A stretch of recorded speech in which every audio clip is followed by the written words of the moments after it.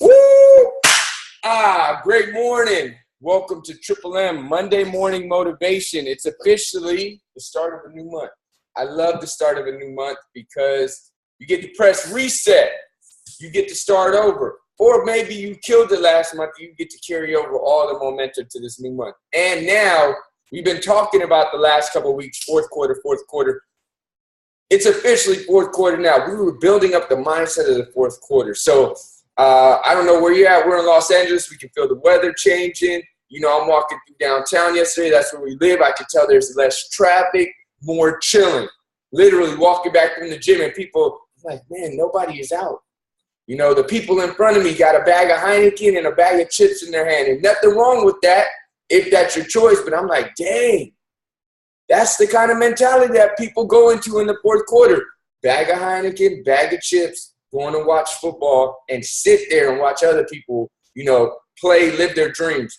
And I don't have anything against those things because everything is a choice, but it just shows me the different kind of mindset shifts that happen in this time. And then I see some people that in the fourth quarter, they say, hey, right now creates the new year.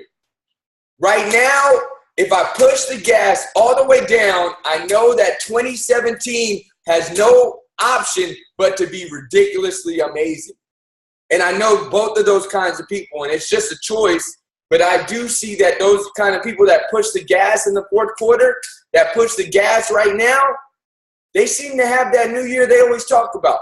And then the people that seem to chill seem to always be talking about wanting the same new year but never get it.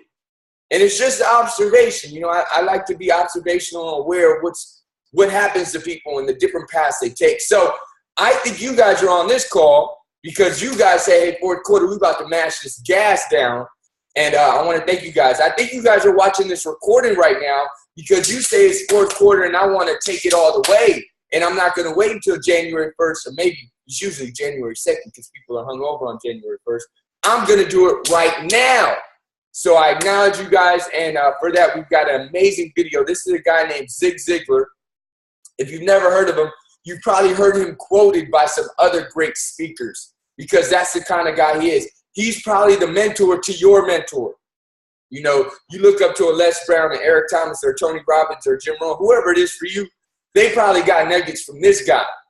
This guy is super awesome. He has an awesome accent. He's from Texas, I believe. And he has that wisdom that just makes sense. This guy is great. He has a cool name, Ziglar. What a cool name, huh? So we're going to be listening to Zig Ziglar's top 10 rules for success.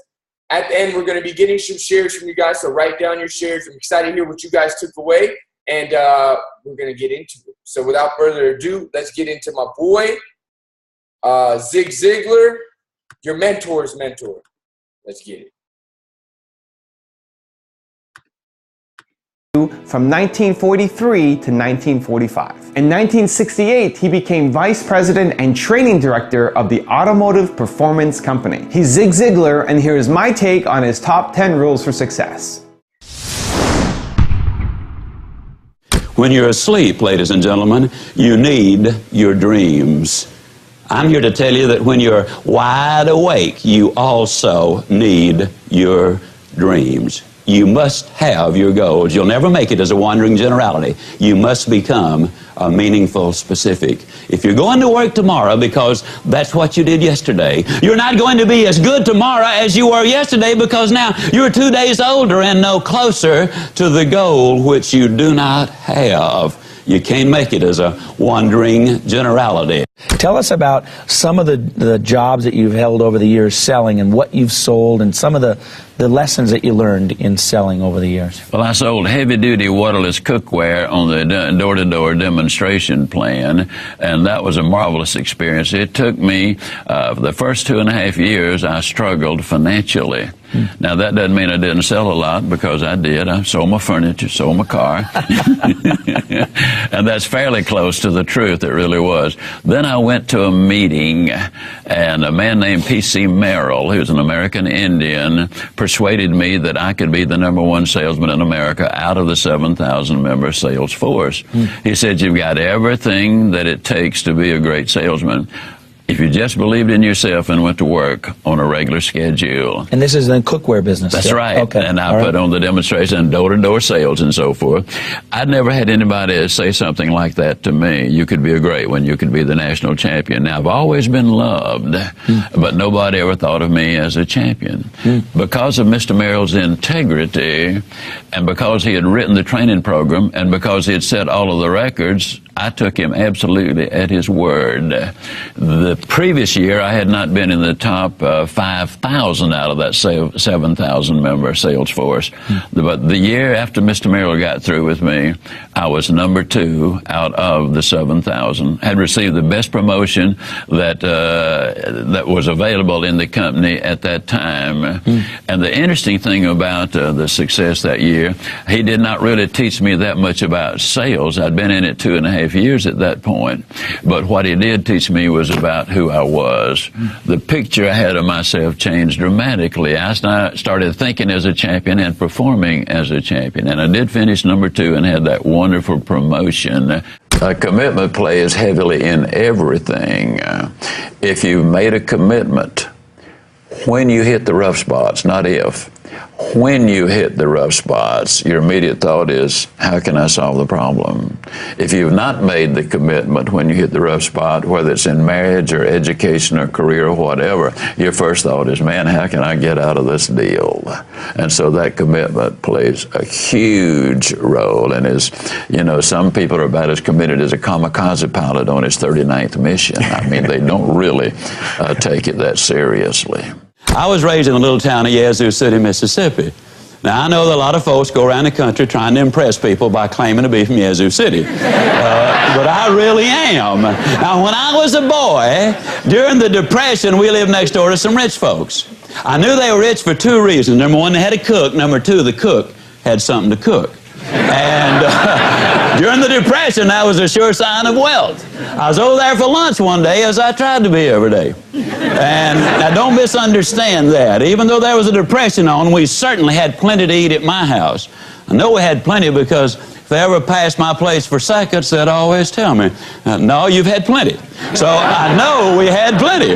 Now, the cook brought the biscuits out, and this is not an exaggeration. Those biscuits were not as thick as my wristwatch. And I looked at her for a moment. I said, Maud, what in the world happened to your biscuits? She reared back, gave a big old tummy laugh, and said, well, I'll tell you about those biscuits. She said they squatted to rise. But she said they just got cooked in the squat. You know anybody that's getting cooked in the squat? You know anybody who's going to do something just as soon as, or they're half a mind to do such and such a thing? You ever have anybody say, well, you know, wait till the kids get out of school and then I'll really get involved in this project. We got so many things going on right now. Wait till they're out of school. Wait till summertime comes and then I'll really get busy. The kids get out of school, you know what they say then? Well, you know, I didn't realize it, but I got to take the kids somewhere every day. I had more time when they were in school. Wait till they get back in school and then I'll really get busy. Kids get back in school, you know what they say then? Well, you know, for the first time in 19 years, dear old Central High has finally got a winning football team, and you got to support the kids there. Wait after the football season is over, then I'll really get busy. Football season, then, you know what they say then? Well, here it is, Thanksgiving and Christmas and New Year's, and people don't want to be bothered with this sort of thing this time of year. Wait after the first of the year, man, then I'll really get busy. After the first of the year, you know what they say? Well, it's the weather. Did you ever see weather like this in Chicago or San Francisco or Dallas or wherever? Wait till the weather settles down and then I'll really get busy. Oh, I know what you're thinking. You're thinking I've lost interest in it, but that's not the way I do things. Let me tell you the way I do things now. Here's the way I am. This is just the way I do it.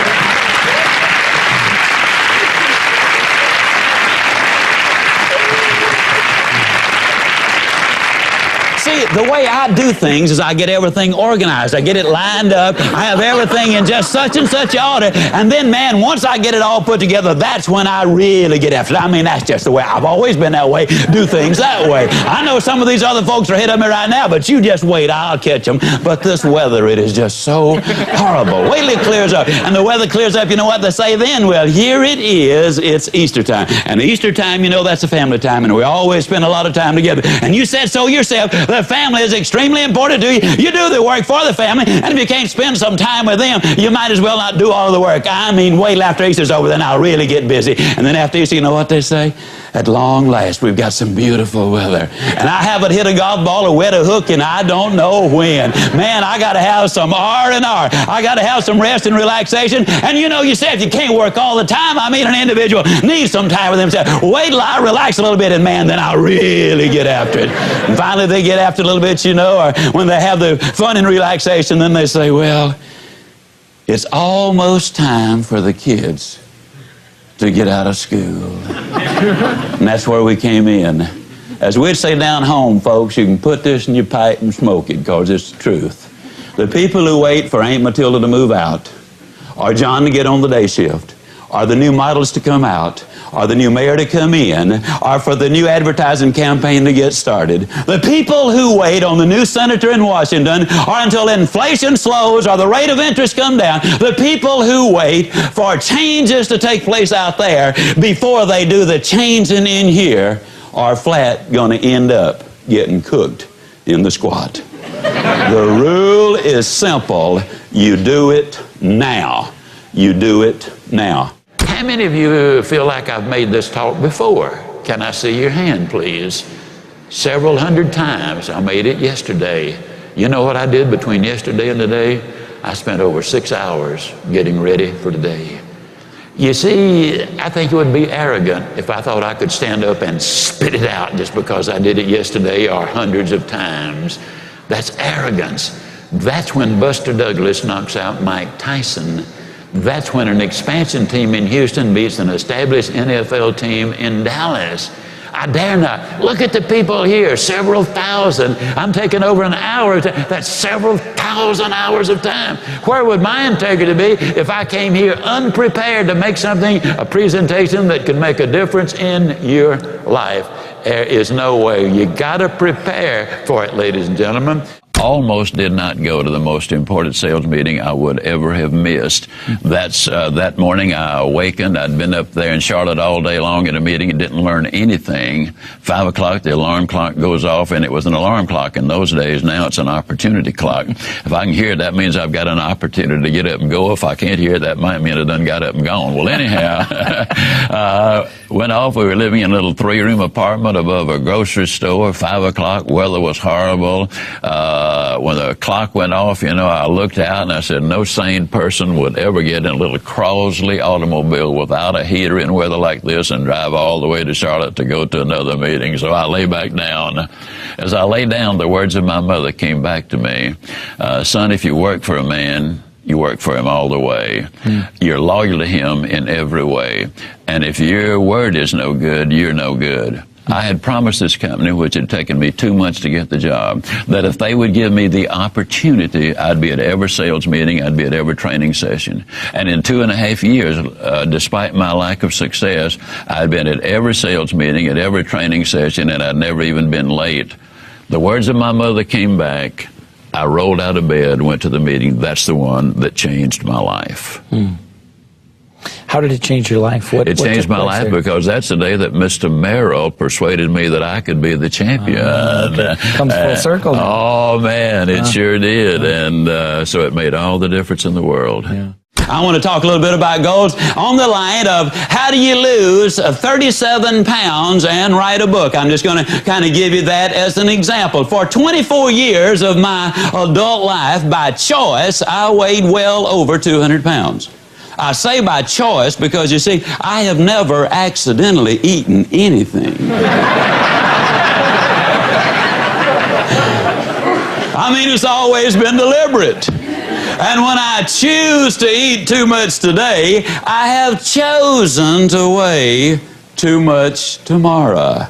You can choose to set goals and realize your potential, or you can choose not to set them. Now, if you choose not to set them, you got to understand that the consequences are not going to be good down the road. For 24 years, I was going to lose that weight. As a matter of fact, in 24 years, I lost several thousand pounds of weight. How many of you already know exactly what I'm talking about?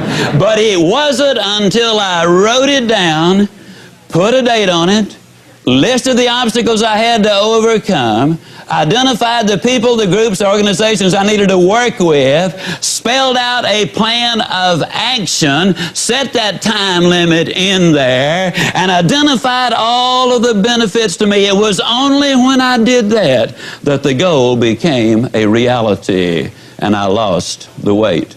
For 10 or 15 years, I was going to write a book. You know anybody who's going to do just a whole lot of things, folks? I was going to write a book. But it wasn't until I got busy writing the book and writing the plans first before the book ever materialized. Now, if it sounds like I'm trying to sell you on having goals, how many of you are getting close already? How many of you are becoming convinced right quick like that you need to have those goals? There's no question about it. The immortal J.C. Penney many, many years ago said, give me a stock clerk with a goal, and I'll give you a man who will make history. But give me a man without a goal, and I'll give you a stock clerk. Now, the interesting thing is goals do not care who has them. Let me give you a classic example of the way they work. In 1950, a war-torn, devastated Japan, a nation which had lost an incredibly high percentage of its young men. Their cities were in ruins, they had been bombed out, but in 1950, they got together, they meaning industry and government got together and set a goal. The goal was we're going to be the #1 nation in the world during the 1950s in the production of textiles. In 1959, ladies and gentlemen, they accomplished that objective. In 1960, they set another goal. We're going to be the #1 nation in the world in the production of steel. Now, when you understand there's no iron ore in Japan of any significance, there's no coal of any significance there, we're going to be the #1 nation in the world in the production of steel, it seemed like an absurd goal, and yet they reached their objectives. They had taken all of the steps. In 1970, the Japanese set another goal. They said during the 70s, we'll be the #1 nation in the world in the production of automobiles. They missed it, folks. 1 year. It took them until 1980. In 1980, they set another goal. And this time their goal was, we're going to be the #1 nation in the world in the production of computers and electronics. Yes, indeed, ladies and gentlemen, you absolutely must have those goals. Let me share with you a true story out of my notebook of life. A number of years ago, got an incredible letter from a gentleman in Toronto with a substantial check in it. He said, my friend Steve Walker is following the wrong role model. He's working himself to death. His family is falling apart. His health is in danger. And he's modeling himself out of his boss. And he trusts you and respects you. If you will give us 1 hour, I will fly him to Dallas and give you this check. Wouldn't you love to have a friend like that? I sent the check back and I said, come on down.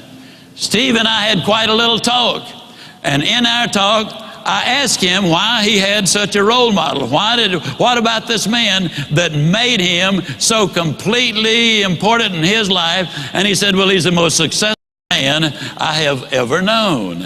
And I said, well, Steve, what do you call success? Now, it took several minutes for him to go down the list.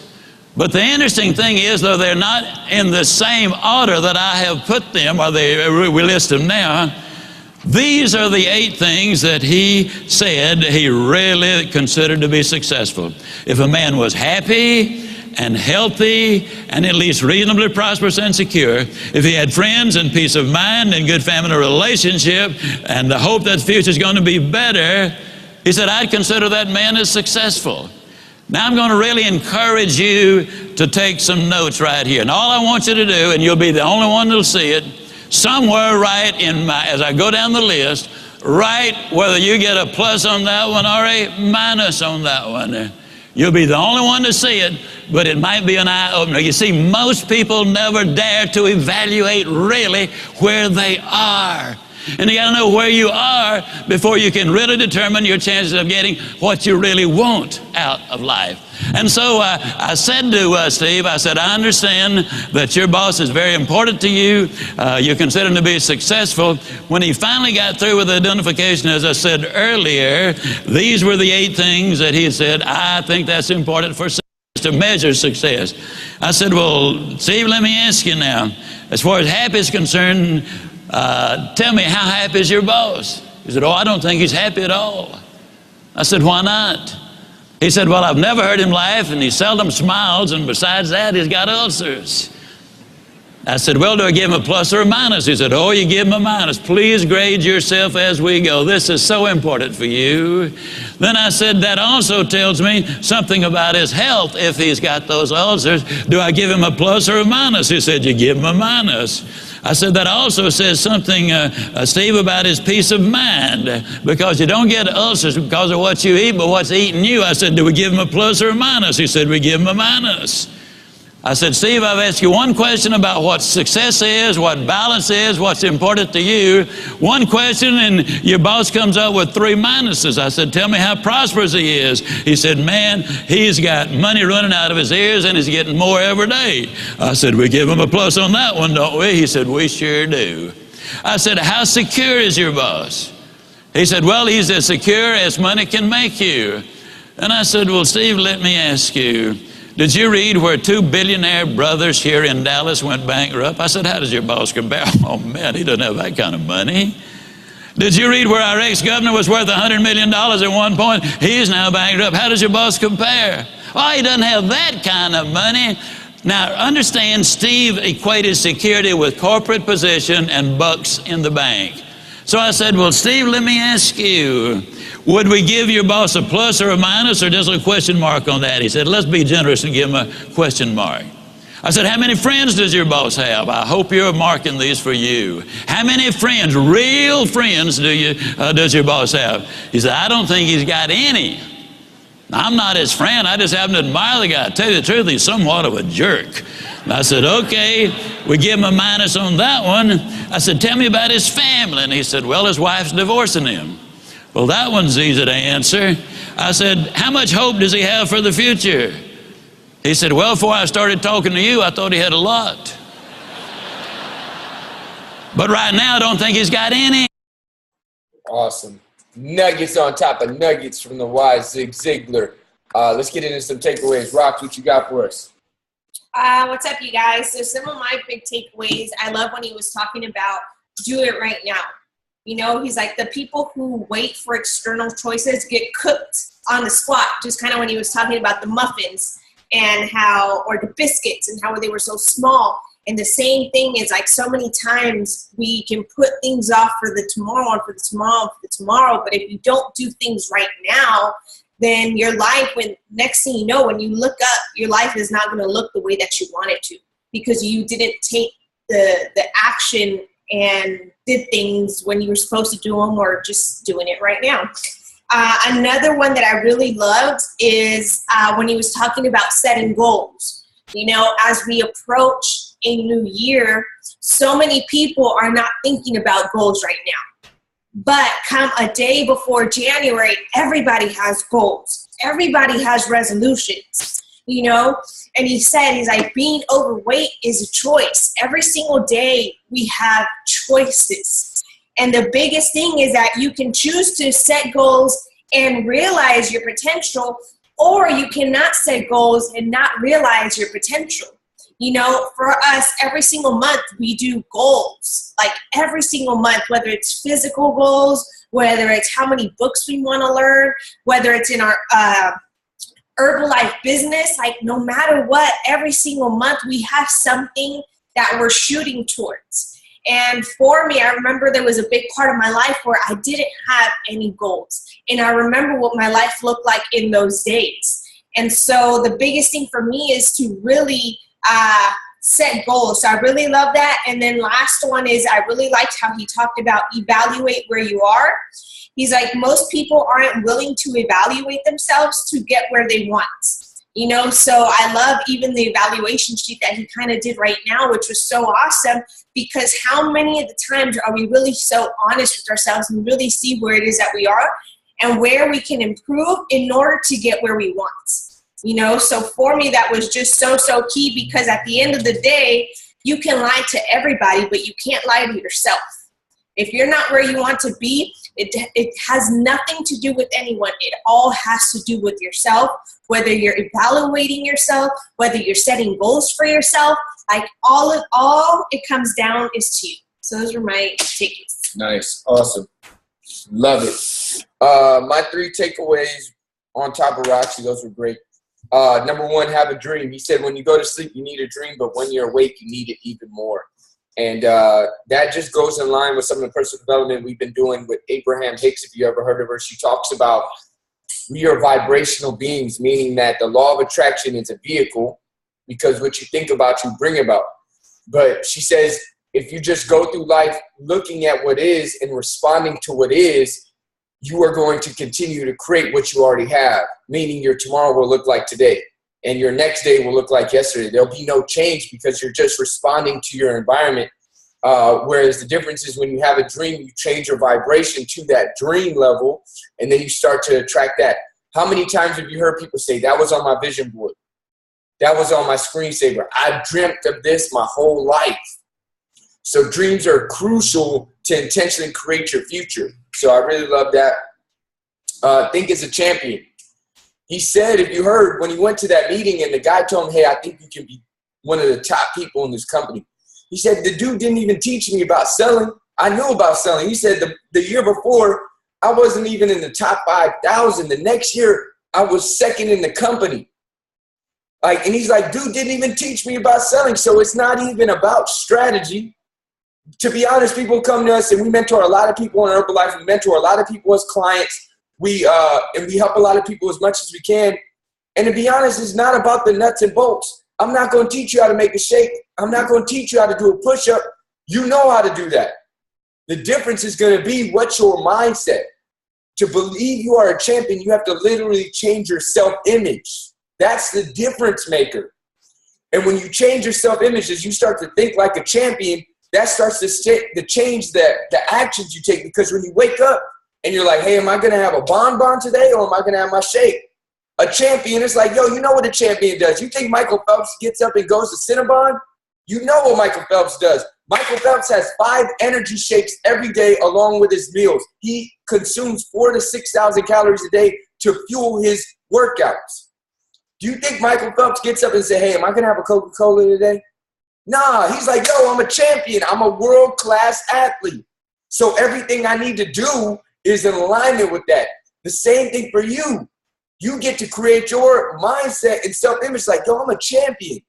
I'm fit, I'm lean, I'm successful, I'm abundant, and everything I do will line up with that. That is crucial. And then the third one is be committed. He said, like anything, if you're not committed, he said, not if, but when. Not if, but when tough times hit. Tough times are a part of every process. Tough times are a part of every process. He said, if you're not committed when tough times hit, you will be looking for the door. Whereas if you are committed when tough times hit, you will immediately look for a solution. And if you can get that, you'll understand why people get frustrated that have to keep starting over. It's because they continue to quit.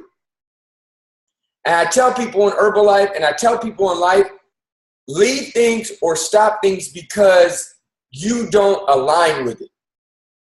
Don't leave Herbalife. Don't stop your nutrition program. Don't stop going for your dreams because it gets hard. Because then you create a culture of quitting. And wherever you go, you got to take yourself with you. So you stop your nutrition program. You quit on the team. You stop your dreams. When you go to that next alley, that next avenue, and things get tough, guess what? You stop again. And then you stop again. And then you stop again. So that you always stay in the same place. And even worse, all this work you put in to create this momentum is lost. The hardest part is creating the momentum in the beginning because you're starting from zero. Think about in your car. It's not hard to go from 50 to 60 on the freeway. It seems to happen like that. It's hardest to pull off the line when you're at a stop sign. So if you want to go in your life committing to those things and saying not if but when the tough time comes, I'm going to immediately look for a solution rather than look for an exit. I really love that. So I'm getting the thumbs up from Roxy, like she's saying, okay, I'm good. I'm done sharing. So thank you for that. Producer Roxy is on the set. Let's get a few takeaways. Let's get 1 to 2. Who's got a good takeaway? Give us a thumbs up. or a big smile on the video. Or just get off mute. Or just come off mute. Let's get it. I see Charlie getting that cardio in. Let's get it. A lot of people at work I see. Good job tuning in from work. If you're able to share, give me a thumbs up. Let's get it. Charlie, you got nominated. What you got for us? You're off mute. Yeah. Can you guys hear me? Yeah. All right, cool. Great takeaways, by the way, guys. So, Aubrey, Roxy, those were really great. I like it was kind of hard to tune in because I'm like running, but what I did catch is like to rate yourself. Where are you at it? And rating yourself. So when he was saying that, I was like rating myself in different aspects, like in my life, results, the business. So I was thinking a lot when he was saying that. So that was a great takeaway for me. And just kind of like going forward, how can you improve? And what can you do different? Nice. Awesome. I'm a little out of breath. Great work. Getting that cardio in. Let's get it. New results. Let's get it. Great job, Charlie. Let's get one more share. If we got anybody that's not at work that can share. Everybody's putting in that work, I see. Armani, can you share? I'm going to take you off mute. What you got for us? What's up, man? Can you hear me? What's up, bro? Where you calling in from? Cali. Cali, let's get it. Armani, is that how you say it? Yeah. Let's get it. What'd you take away? I took away from like the law of attraction. I really liked how you put that into retrospect, and like however you think and whichever you think about, it's gonna come. So if you think positive and you are consistent, then it's gonna come. Your clients will follow, your members will follow, and you'll build a better business like that. Let's get it. Awesome, man. Great job. Madi, I see you came off mute. Are you able to share? Not right now, sorry. All right, no problem, no problem. Putting in that work at work. I love it. All right, you guys. We got from Meyer Carrillo in Arizona. Be committed, be ready. Don't get cooked in a squat. Setting goals are a game changer. Nice. And you guys can always put your takeaways in the chat. You guys awesome. Brand new month, brand new opportunity. Man, I acknowledge you guys for being on the call live or watching. Either way, as long as you guys get your Monday started right, that's the intention. So we're going to post this video to YouTube and post it on Facebook. Share this video. Share your takeaways. Share your insights on your social media and give other people the opportunity to start their Monday off strong. You know, every single Monday we're here with Triple M. Man, it's been an amazing day. I'm fired up. I want to thank you guys for sharing your energy and your excitement because everybody brings that to the call. This wouldn't be the same thing if I was just sitting here by myself or Roxy was just sitting here by herself or you were just sitting here by yourself. When we do it together, it's amazing. So you guys have a great day. I'm going to take everybody off mute real quick. Let's get it. Peace. Happy Monday. Let's get Great it. Monday. Adios.